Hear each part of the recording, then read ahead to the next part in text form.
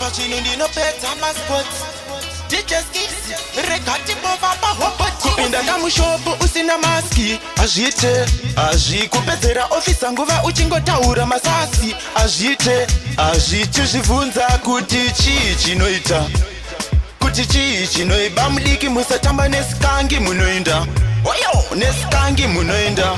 kuaniloka password yemunhu asipo azvite kuseta level renike pashoda dzeadhidha aifite kuaniloka password yemunhu asipo azvite kuseta level renike pashoda dzeadhidha aifite changu chidai veji chinoita ngoma ndobata ndoputitsa vese vari kufamba vachisimbisa maspika hanzika ots wadziya DJ Skizzy pula ngoma iroka 4 wapedza hori basa 98.4 takadzitanga kare tichiri maform 4 but taisazoziva kuti we never know ndakatoti ndichibuda mustudio ndikasangana narasnot zvikanzi oti muri kuenda kupi gera tinorekoda kupinda kamushopo usina maski azvite azvikupedzera ofisa nguva uchingotaura masasi azvite azvichizvibvunza kuti chii chinoita kuti chii chinoiba mudiki musatamba nesikangi munoenda oyo nesikangi munoenda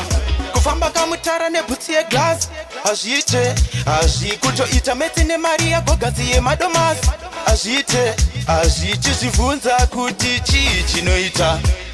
kuti chii chinoiba mudiki musatamba nesikangi munoenda oyo nesikangi munoenda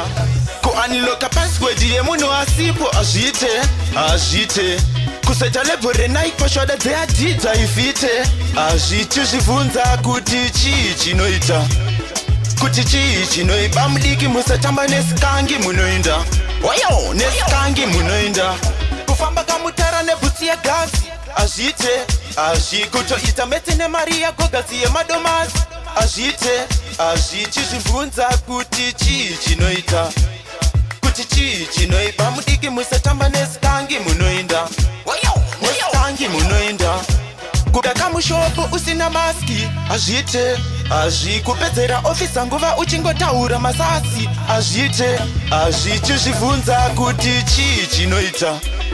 kuti chii chinoiba mudiki musatamba nesikangi munoenda oyo nesikangi munoenda kuaniloka password yemunhu asipo azvite kuseta level renike pashoda dzeadhidha aifite kuaniloka password yemunhu asipo azvite